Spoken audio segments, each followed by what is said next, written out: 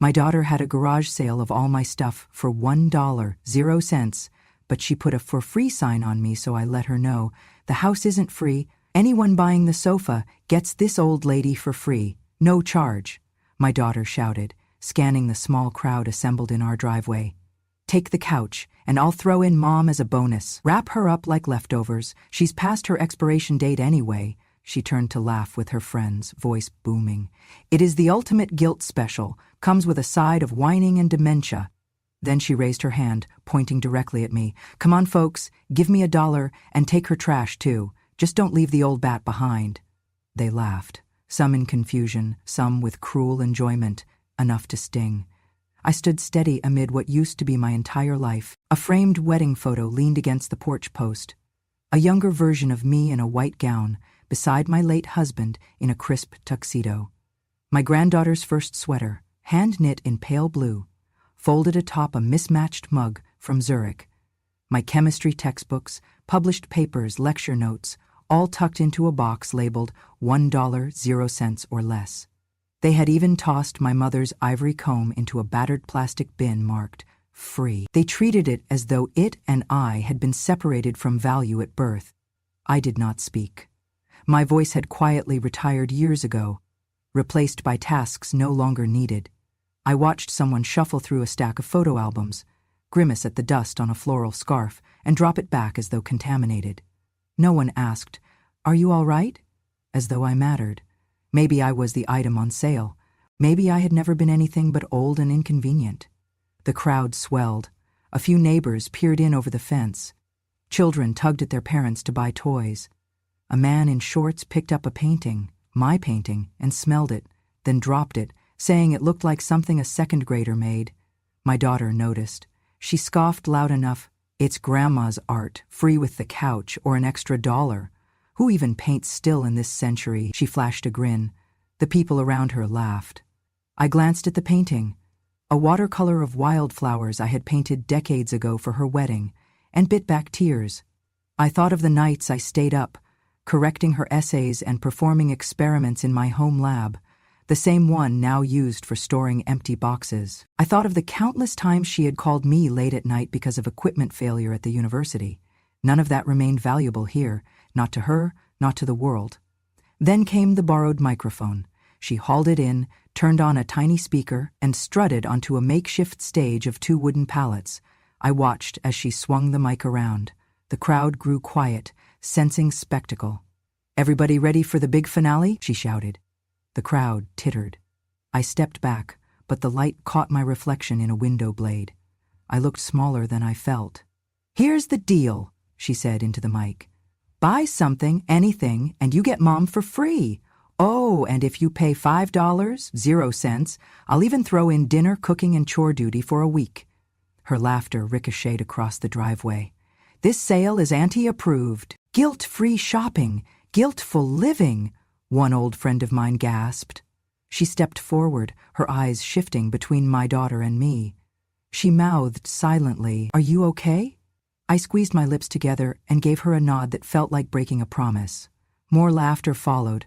I watched as a man handed my daughter a crisp bill and grabbed a rusted bird feeder. My daughter slapped the bill in the cash box without filing away the item's origin. $1. My worth then became $1. People moved on to the next display. Apothecary bottles I had used to teach titration in labs, an old ceramic vase I had won at a department party, framed academic certificates. Everything cheap, labeled, and labeled free in some cases. Even my wedding ring box appeared, cradling nothing inside but dust. Someone whispered, "She must have taken the ring already." Another whispered back, "Maybe Mom took that already for safekeeping." I stared at the empty box. The ring was hidden, but what really mattered, my heart, my memory, my identity, they were exposed now, cheapened in broad daylight. By then, I had walked slowly across the lawn to the opposite corner, behind the crowd. I lifted my shirt pocket and felt the small recorder I carried. I had asked my neighbor to plug in a battery earlier. It was quietly recording every insult, every item exchange, every snicker.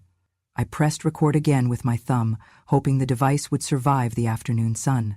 Suddenly, the lens of a camera from a neighbor's phone found me.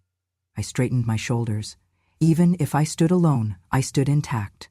I stepped onto the stage. The microphone powered on, making a popping sound. My daughter saw and her face froze. The crowd whispered, uneasy. I cleared my throat and spoke. You can buy my belongings for $1. You can treat memories as trash. You can toss me away like last season's sale item. But if you think I am worthless, you have forgotten what I built. A hush fell. She glared at me. I continued. I was once a professor of chemistry at the University of Michigan. I held a patent on a life-saving medicine. I taught classes to students who now practice medicine. I spent years in lab, making formulas to fight illness, while here I stand, reduced to a price tag. Emotion trembled in my throat, but I pressed on.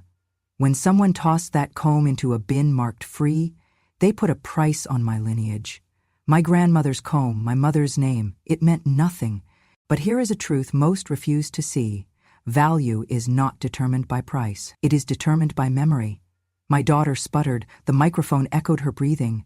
I added, if you think removing me changes the equation, you misunderstand the formula.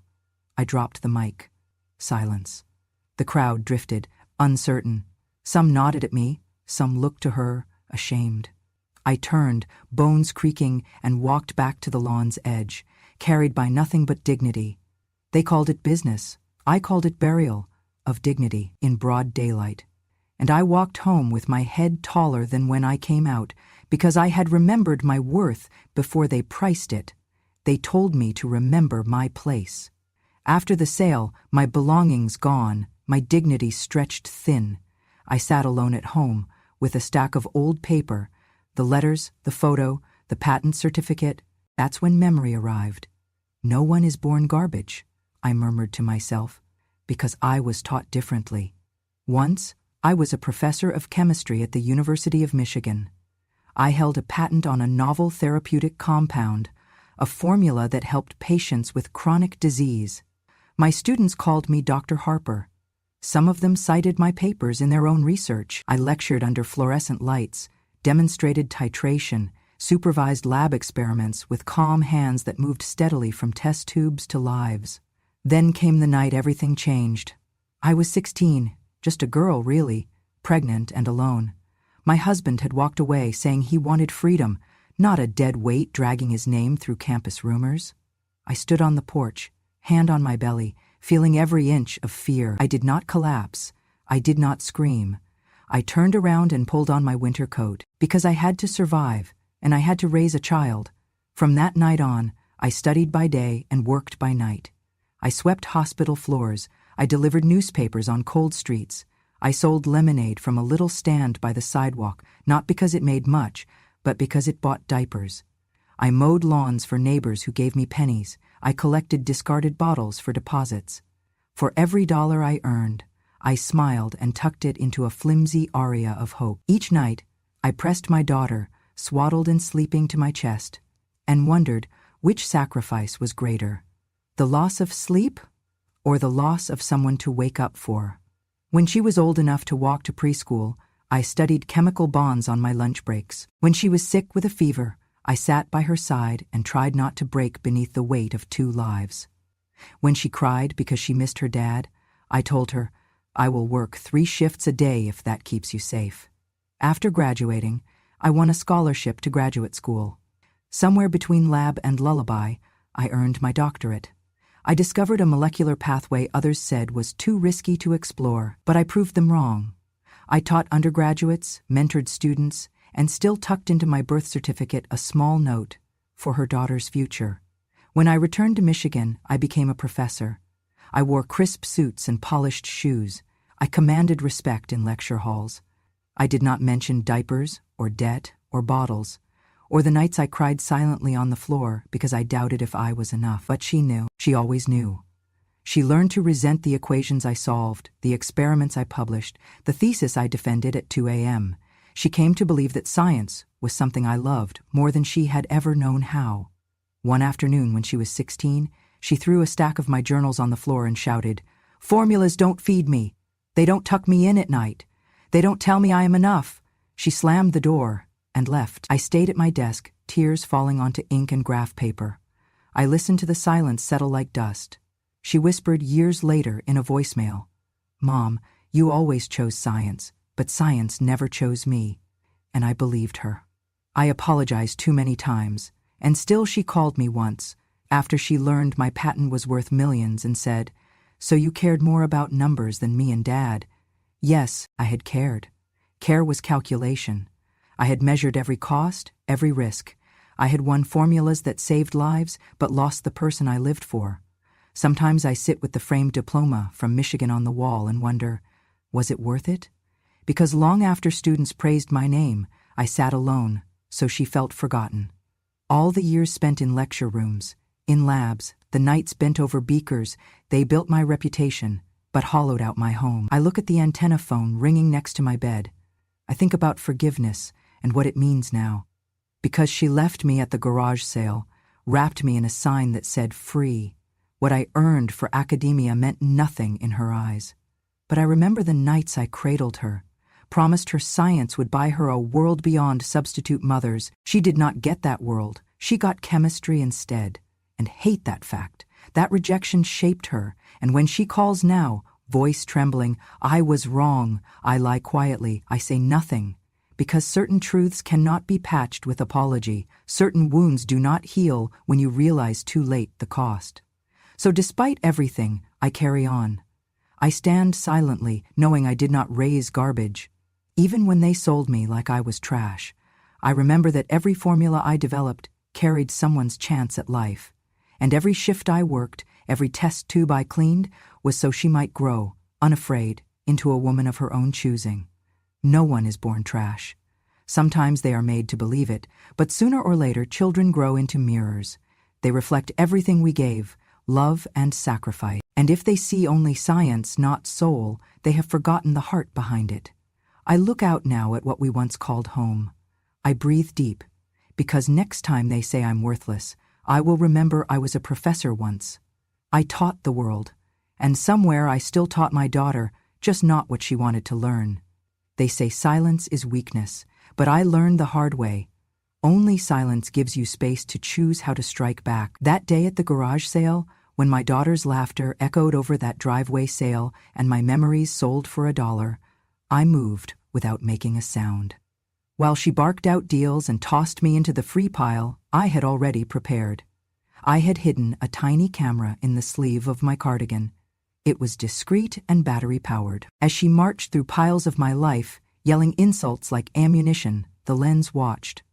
Every human body has a price tag in some families. Today mine was marked 0, but behind the lens I was recording proof of betrayal. I filmed the sneers, the body language, the customer's discomfort, the moment she slapped the sign, "Free Grandma," on my folding chair. After she stormed off with a box of my belongings, I retrieved the camera from the jacket. My hands shook only a little as I placed the memory card inside my wallet next to my bank statement. Because I had also taken a different kind of recording earlier that morning, I printed the transaction log from our joint account. I had left some funds there for bills and groceries. What I found was this. Withdrawals labeled household account. She'd been taking small amounts over many months. Hundreds, maybe thousands from that account without my knowledge. She had told neighbors she was helping with mortgage payments. I looked at each line. $200, 0 cents here. $150, 0 cents there, always spent for family. I saved the screenshot on a flash drive. Timestamp, amount, balance remaining. And then I pulled out the last piece of my silent rebellion. The will. I had signed my final will in early 2019, before cancer weakened me, before the debt chief collector called, and before she decided it was okay to sell me for free. The document had never been shared. Only my attorney and I had witnessed the signatures. I tucked it in a sealed envelope that said, not to be opened until 2028 or death, whichever comes first. At that time, I passed a full mental competency exam required for notarization. The physician signed off, and the notary made clear annotations in the margins. No one could challenge my clarity, not then. Now, in the privacy of my study, I pulled it out. The edges were crisp, the ink clear. It named beneficiaries. It designated my beloved lab notebooks, savings, and the house to my adopted son, the one my daughter refused to accept because he had been my student long ago. I stared at the paper. It felt like closing a circle, a gentle but unbreakable circle. That night I burned what remained of her hate, figuratively. I drafted an email to my attorney with 3 attachments: the garage sale footage, the bank transaction log, and a scanned copy of the will. No message, no anger, only, please initiate elder abuse investigation. Please execute will upon confirmation. I pressed send before dawn. 3 days later, my lawyer acknowledged the receipt. He confirmed that the footage, bank logs, and notarized will had all been verified. He informed me that the legal notification process to all relevant parties had begun. When I slept, it was with peace. Not pride, not revenge, peace. In the days that followed, gossip drifted among neighbors.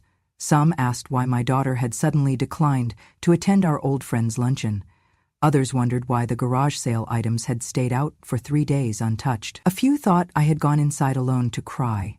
I didn't cry. I was simply rewriting the story. One afternoon, my daughter sent me a text. "We need to talk. I'm sorry about the sale. Can we meet?" I read it with clinical calm. Yes, we could meet, but not about forgiveness. I replied simply, "I suppose we can." When she arrived, she carried herself tight with regret. She bit her lip when she saw me sitting in the living room. I made tea. She sat down, avoiding eye contact. She said, "Mom, I didn't mean what I said. I got carried away. I thought—" I held up a finger. "I know." I reached into my dress pocket and retrieved the flash drive. I placed it on the table. She paled. I laid the bank statements in front of her next. She shook. "Mom, Then I slid the letter of apology she would never send. The will. She looked at it as though seeing the house vanish under her eyes. "That was made? Years ago?" She trembled. "For your sake," I said softly. "I did not tell you it existed. You were welcome to be part of it, but you preferred to price me at nothing instead." She dissolved into tears. She sobbed, stumbling over apologies. She begged me to reconsider, to amend the will, but I didn't flinch. The built-up loss of trust was bigger than any legal document. That night she removed herself from my sight. I stayed in my study and looked at the images: the comb in the free bin, the Chase lounge tagged $1.00, the customers' shame-filled faces at my announcement on the makeshift stage. I played the video one more time. There was no shouting, only truth. In my silence, I had recorded pieces of dignity still intact. I realized then someone might burn my lab notebooks, but they could not erase the patent, the formula, the impact on students. Someone might burn my marriage photo, but histories live beyond printed film. I archived the video, the bank logs, the will, all in 2 secure drives and a Dropbox project I shared only with my lawyer, and a Dropbox project I shared only with my lawyer, and a Dropbox project I shared only with my lawyer, and a Dropbox project I shared only with my lawyer, and a Dropbox project I shared only with my lawyer, and a Dropbox project I shared only with my lawyer, and a Dropbox project I shared only with my lawyer, and a Dropbox project I shared only with my lawyer, and a Dropbox project I shared only with my lawyer, and a Dropbox project. In the end, I did not retaliate with noise. I retaliated with documentation. I made sure that day could not be erased by shame or time. The next morning, my daughter's phone was off. I made coffee and watched the sunlight dappling the front yard. I poured creek water into the old ceramic mug I kept on the porch shelf. I sipped slowly. No photos of me were there, only the sign. All goods, final sale, everything must go. I closed my eyes. Not everything had gone. I remained, a silent witness, a scientist, a mother. I had not sold myself cheap. I had recorded the proof, and that was enough. It had been exactly 1 week since my garage sale humiliation, a week since my daughter displayed me like an item marked free, a week since I began my quiet rebellion. That morning, the knock at the door was different. My lawyer stood at the threshold, clutching a heavy manila envelope and wearing a neutral expression. I put down my teacup and led him inside. He nodded courteously. I felt steady, composed. No anger, no fear, just accuracy. He placed the envelope on the living room table. The house, which my daughter insisted she inherited, suddenly felt smaller. There was tension in the quiet. I did not flinch. "Madam Harper," he began, "I have read your final will and testament, signed in early 2019. It names the sole beneficiary of your estate." He paused. "The total estimated value, approximately $1,200,000, 0 cents. My daughter rose, face pale. The lawyer continued. "All real property, the home at 401 Willow Lane, the savings account, the certificate of deposit, everything is left to your adopted son, Thomas Green, the young man you have cared for since his accident more than a decade ago." My daughter's lips trembled. Her husband strode forward, fists clenched. "This is preposterous," she spat. "She must be confused. She would never do this willingly, giving everything to a kid who isn't even, he is just some tenant, no relation." My lawyer remained poised. "You are mistaken," he said. "Mr. Green is legally your mother's adopted son. The will was notarized on March 3, 2019. At no point were other heirs consulted. Under Michigan law, this document is valid." My daughter shouted, "It doesn't matter what the law says. She made this after she had dementia. Where are the updates? We trusted her." The lawyer opened another folder. "Here is the recording," he said, "from the garage sale event. The bank logs." He placed them on the table. "Because of elder abuse concerns and unauthorized withdrawal allegations, we will also proceed with a petition to recover misused funds." I remained seated in my chair, appearing calm. Inside, something tightened, a cord of relief interlaced with sorrow. It was the moment truth became tangible. My daughter wept. My son-in-law screamed, "He is not your son. He is a charity case. You are enabling a usurper." I rose slowly. The lawyer gave me a discreet nod and backed away. I looked at my daughter then and said softly, "You auctioned me off as worthless." He asked nothing. He stayed. He fed me. He cleaned my dishes.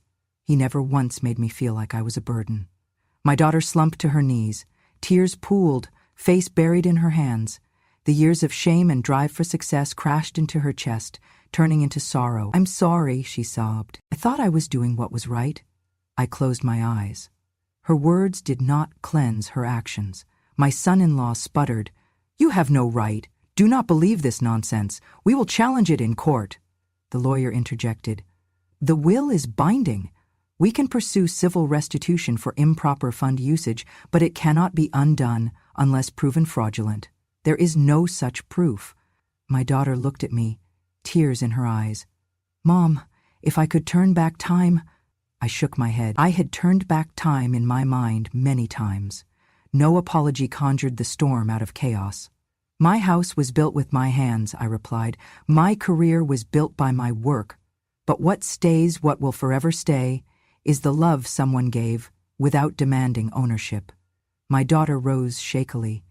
She stepped back, defeated. Her husband rustled his papers and stormed toward the door. The furniture she had once treated as family crumbled in their memory. Thomas remained quietly at my side, looking between us with tears in his eyes, loyal and steady. Then the lawyer laid out the logistics. The title deeds, bank account access, charitable trust file, all changed hands. Thomas would manage the family home as a nonprofit center for women in science mentorship. They would host outreach seminars, lab internships, and community talks under the name the Harper Foundation. My daughter's voice cracked. "You are destroying everything we built together." I looked at the empty shell of the house, filled not with love, but with expectations she never met. "What we built never included love," I said. "It included profit, resentment, entitlement. I am building something new with him." Thomas leaned forward. He offered me a small box. Inside was a key engraved with the foundation's seal. "For you," he said simply. I took the key. I looked at my daughter one last time. She stood, shaky, sobbing, unsure where to go from here. I whispered, "I shed everything disposable that day on the driveway. Now I choose only what lasts. Thank you for teaching me I deserve better." My lawyer stood. Thomas offered me his arm. I walked toward the door. As I passed her, she raised a trembling hand. I did not turn. There was nothing left to say. The sun had left casual streaks across our yard. The house I built was no longer the house she owned in her mind. It belonged to memory, to truth, and to a love that did not leave when convenient. Thomas opened the front door for me.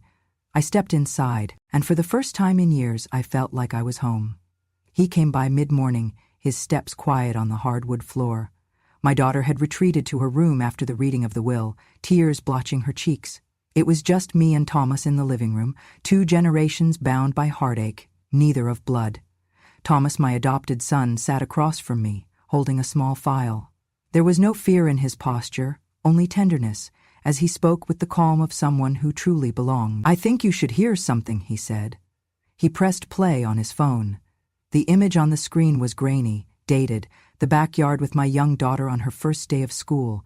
I was carrying her on my back, sweat damp on my palms, her little shoes dangling behind me. I remember that day.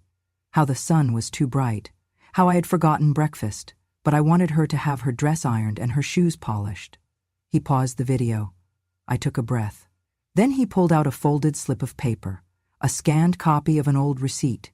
He slid it across. It was dated April 2002, Michigan State University Graduate Program, tuition payment. Notes: cut dinner to 2 meals a day to afford this for her. His voice steadied, gentle. Mom chose to raise her. She didn't choose academia over a child. That was never the question, but she chose to feed you instead of herself, so you would eat metaphorically and literally. My daughter rose from her seat. Her eyes were swollen, her voice trembling. I am so sorry. I thought she loved science more than me. I was angry when she canceled parent-teacher night because she had a conference. I was angry she graded papers at midnight. I thought I was last. Thomas inhaled deeply. He met her eyes with something fierce yet forgiving. She doesn't think that anymore. I know, because she paused her research to nurse you through pneumonia. I know, because she turned down tenure to raise you. My daughter collapsed into tears, covering her face. She murmured again, "Why didn't she tell me?" Thomas reached across and took her hand. "Harsh truths sometimes heal." "She did, just not where you were listening." I watched them. The air in the room shifted. Pain did not disappear, but it sagged, softened. They sat in silence, my daughter's sobbing stilled, replaced by something like regret. "She never asked me to go to the lab," she whispered. "But me, I refused to go to her heart." Thomas nodded. "She wasn't raising a science prodigy. She was raising you. Somewhere along the way you misplaced the point." There was a long pause. Then she stood, wiped her eyes, and said softly, "I want to make amends. I want to understand who I lost." He offered no answers, only a shoulder she could lean on. I realized then that my purpose had never been the formula or the lecture, it was the witness. My existence forged 2 children, one with a scientific dream, one with learned gratitude. One chose resentment, one chose devotion. Thomas stood and hugged her gently. I stood too. They hugged as though through that embrace all the forgiveness I ever needed passed through.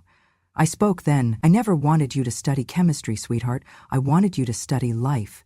And when you marked everything as research, maybe that's what I failed to teach."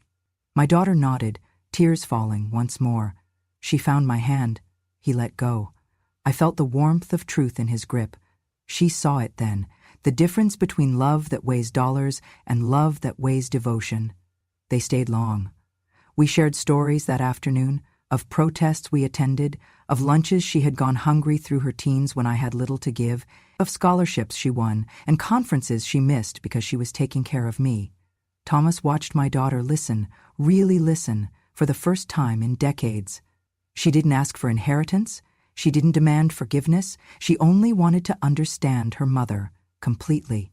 When she rose to leave, I closed the door behind her. She held her breath at the hallway, uncertain how to step forward. I said nothing. She nodded, as if collecting herself. Thomas turned to me. He offered a quiet smile. "She'll heal," he said. I nodded. I had witnessed betrayal, humiliation, injustice. But I had also seen the seed of redemption. I pressed his hand and pointed to the study door. "Let her in," I said. That Saturday felt different. Festive lights hung between trees. Neighbors brought potluck dishes. Children ran with balloons, and the summer festival echoed down the block, the scent of grilled corn and churros mixed with the noise of laughter. I watched it all from the folding chair beneath the big tent. I had attended these fairs for years, handing out napkins I crocheted, teaching baking lessons. But this time, something pulled me toward the microphone stand, borrowed from the PTA. When my name was announced, the gossiping hush swallowed the music. I rose. My bones ached, but my voice did not waver. I pressed play. A grainy image, my daughter on the driveway, slapping the sign "Free Grandma" on my empty chair, laughing with everyone else. The crowd murmured. I watched the video again, people buying my things, tossing my comb, tossing my dignity. When it ended, I spoke clearly into the mic. "This is how you treat a mother you think is worthless." Then I reached into my pocket and retrieved a small notebook, my daughter's childhood diary. I opened it and read in a soft, trembling voice. "I hate my mother because she never hugs me. She chose formulas, not me." I paused, gathering silence like a shield. Then I continued. "I chose to exist so my daughter could live, but she chose resentment and killed our shared memory in the process." The neighborhood stilled. The children stopped wrestling. Women dropped spoons mid-bite. Men blinked at me as though they had lost GPS of empathy. I looked out at the people I had known, faces I'd smiled at across fences, waved at church. I thought, they have seen me as part of the picnic set, decorative but forgettable. I raised my voice. If a child may blame her mother publicly, then I also may share the truth. Because love is not entitlement, and motherhood is not guaranteed respect. Some faces reddened, others shifted uncomfortably. I watched my daughter's cheeks tighten, her eyes well. I paused the reading and faced her directly. "You accused me of preferring lab coats over lullabies, but I sacrificed every midnight paper, every lecture, every penny I earned, not for prestige, but so that you might never wonder what your mother was doing at 10 p.m. Was she loving you or saving the world?" I believed I could do both, but somehow the message got lost. The hugs never came. She turned her head, unable to hold my gaze. Her husband grabbed her arm, not to stop her, but to steady himself. Then I said, "My handwriting is clear. I hate my mother for not hugging me." "That was written when you were 11. 11. Not when you graduated from college or when I published my final paper. When you thought I could only hold test tubes, not your heart." I stepped forward slowly, as if the ground beneath me might crumble. But when someone treats you as worthless in a crowd, friends laughing, neighbors watching, you either stand or disappear. I chose not to drown in apologies I had already done. I've accepted rejection, but I refuse to be erased. A hush. Then the festival music came back, subdued. People exchanged uncomfortable glances. A few children huddled and whispered. Then I spoke softly, so everyone felt the weight of each word. Some mothers leave everything for their children: inheritance, education, memory. But if the child chooses resentment, the best legacy may be forgiveness for oneself, not expectation from the past. I folded the diary, walked off the stage, and walked past the rows of my belongings. I collected nothing, not even compassion or pity. I walked out of that tent, holding my dignity intact. At the perimeter of the gathering, Thomas found me. He offered a gentle hand. I accepted it, not because I needed support, but because it was time to stand supported. Behind us, the gossip rippled. Some admired. Some whispered shame for my daughter. Others just turned away. I did not ask for applause. I did not seek sorrow. I sought only truth. And sometimes, truth felt heavier than suffering. That evening, she came to my front porch. The sun was setting, throwing long shadows across the lawn where once she'd played. I was seated there, silent, knitting a scarf I never planned to finish. She approached slowly. Her eyes were red. Her voice trembled. "Mom, I was wrong. I hurt you. I saw a sign on a chair and made it real. I saw your life as free goods, not a life worth knowing. I'm so sorry." She knelt in the grass. She bowed her head, tears falling against the concrete. "Please, forgive me," she said. Her words cracked in the silence. "I don't expect the inheritance. I only want to make peace." Stillness pressed between us. I watched her shame, but I felt none of the old fear. Something had unraveled. I spoke calmly, no trembling voice, just the weight of years. "I forgave you when you were 8, the night you drew a picture of us dancing. You said, Midilam de koi vena de konkai konghong. I told you then, I work so you won't have to carry my absence. She gasped, her head shot up, eyes wide. That memory, avenue to childlike sorrow, shook her. But forgiveness then was enough, I continued, voice steady. You were still a child. You confused absence with neglect. Now you are not. I closed the knitting bag at my side. She looked up, uncertain, hopeful.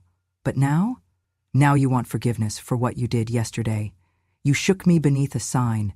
You priced me for entertainment, and when I rose, you sold me again in silence. An apology does not rebuild what you broke. She reached for my hand, hesitated, let it fall away. The dusk cooled the grass beneath her knees. I stood slowly, the scarf left unfinished, in my lap.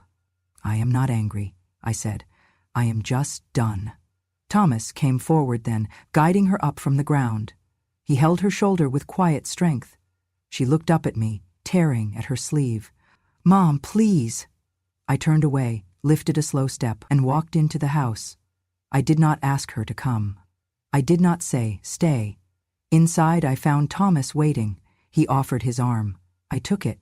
We moved through the hall, the front door closing softly behind us. Outside, on the lawn, she stood, still in the threshold of regret, not understanding that a threshold is sometimes a one-way line. I reached my study. Thomas followed. No words came between us. He simply held the door open. I stepped past and turned to close it behind us. The click echoed finality. He leaned closer and whispered, "You don't carry her pain anymore." I nodded. It was true. I carried only memories and formulas, patents, lectures, a legacy larger than blood assuaged. He guided me to my favorite chair by the window. I sank in. He draped a shawl over my shoulders. Outside, dusk deepened. The night shifted. The world changed because I closed that door. It was not a betrayal. It was clarity. A mother does not have to accept a child's resentment forever. A mother may love unconditionally, but does not owe redemption on demand. They say blood is thicker than water, but respect is thicker than blood. And I had made room for respect in Thomas's devotion, but none existed in her guilt. I sat there in the hush. I did not cry. I did not ache. I just felt peace settle in a way years of pain never allowed. That night, I let sleep come. Without fear, without apology, without expectation. I had broken the cycle. I had taken back the parts of myself sold, dismissed, cheapened, and I walked forward with dignity. The sign above the porch door now reads, "The Harper Foundation, Empowering Women in Science and Life." The house isn't mine anymore, but it belongs to something bigger, and I belong to something that chooses to remember. The ribbon came down this morning, amid laughter and cheers. The local librarian read the proclamation, the mayor gave a short speech, and former students who I had mentored as a professor stood in a line, clapping politely. Thomas stood beside me. The foundation's board members spoke of internships, scholarships, and workshops, officially launching here. I was next. My knees trembled, but when I took the mic, the shift inside me, pain into purpose, was complete. I once believed my greatest legacy was science, I began, voice steady. The crowd quieted. Children from the neighborhood sat cross-legged in the grass. Neighbors leaned forward. Volunteers held programs, the sun warm on their faces. I thought chemical formulas and patents defined me, but now I know truth is my real legacy. Not what you publish, but what you live for. I paused, letting that sink in. A few lifted their heads, curious. I sacrificed nights of solitude and student lectures so that one child could grow safely. I moved beakers and lab reports not for prestige, but to pay for her lunch, to keep a roof above her head, to keep hope alive. That was the unspoken part of my science. That was the human part. I glanced at Thomas, his eyes soft with pride. Today, this building will offer tutoring in STEM for young women, financial aid applications, and workshops about chemical careers. It will be a sanctuary for single mothers seeking education, not because I chose science over family, but because I chose to prove family includes science. Applause rippled. They clapped for the change, for the expressed intention that came from the pain. I felt the pulse of redemption in their hands. I lifted my gaze to the house. the ingredients of my life now a tool for giving others a future I had once sacrificed. I forgave a daughter once, but forgiveness is not a blank check for forgetting. My grander inheritance is not a house moved by guilt. It is the truth reclaimed from shame. A hush followed, then a gentle wave of applause returned. I closed my eyes briefly and breathed deeply, then said softly, "Thank you." I stepped off the stage. Thomas came forward, bowed to the guests, and led me inside. They filled the rooms with laughter, tours, and well-wishing hugs. Inside, I saw an office corner neatly transformed, shelves with donated textbooks, framed photographs of female scientists. I paused by a window and looked at my reflection in the glass. I saw someone older, yes, but not company property, someone chosen to keep living, not discounted. Thomas joined me. He offered a small box. Opening it revealed a house key pendant engraved with the foundation seal. He slipped it gently over my head. "It is yours," he said. I pressed his hand. "House wasn't free," I said softly. "But your love, that's priceless." He smiled quietly, tears in his eyes. Across the room, volunteers were setting up refreshments in the kitchen. Neighbors were chatting about new programs. One attendee approached me and said, "You have inspired us all, Miss Harper." I nodded, thinking about my daughter, thinking of sorrow that tried to break me, but failed. My daughter does not live here anymore. She no longer owns this house, even though she inherited only resentment instead of roots. That chapter is closed. She asked for forgiveness too late, and I had already chosen peace over apology. As the festival lights flickered on in the yard, I stood at the doorway and watched community members filter out with promises to volunteer. I was no longer a cautionary tale, I was the storyteller. I touched my pendant. I felt grounding in identity, not in blood, but in truth. A little girl ran past and shouted, "Thank you, Grandma." She didn't know I wasn't her grandma by blood. She knew I was safe. That was enough. I heard laughter from the children's corner, where they practiced simple lab experiments under volunteer instructors. They taught. Vinegar in a bottle, baking soda lift off. Science for the curious, for the forgotten. I listened to parents talk about how they never had a woman role model in science. Until now, I watched a student put a sticker on a poster. Dr. Harper Dad plus Mom equals science, and realized this story had come full circle. I stepped inside. The door was open, welcoming, and I accepted that I did not own love because of birth, but because love was chosen right here. By Thomas.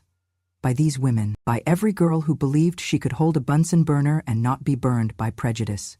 This house will now echo with purpose, not pity. I turned and walked into the hallway where once were my gowns, my dissertations, my memory boxes. They remain, only now they belong to service. The night sky edged gold beyond the living room. I rested in my chair and felt something settle, not worthiness, not pride, but belonging. I had not chosen to be a mother, but I had chosen who called me mother, and that's where legacy lives. Legacy is not in silence anymore. It lives in actions, in community, in truth passed on. And tonight, I am more than myself. I am the founding voice of a place where others can rise. That is the story I will leave behind. If you have ever been sold as worthless, or been made to feel invisible because of age, or because someone forgot your sacrifices, this is a space for truth and healing. Subscribe to Grandma True Stories, where silence ends and history begins, because when a grandmother speaks, the world finally listens.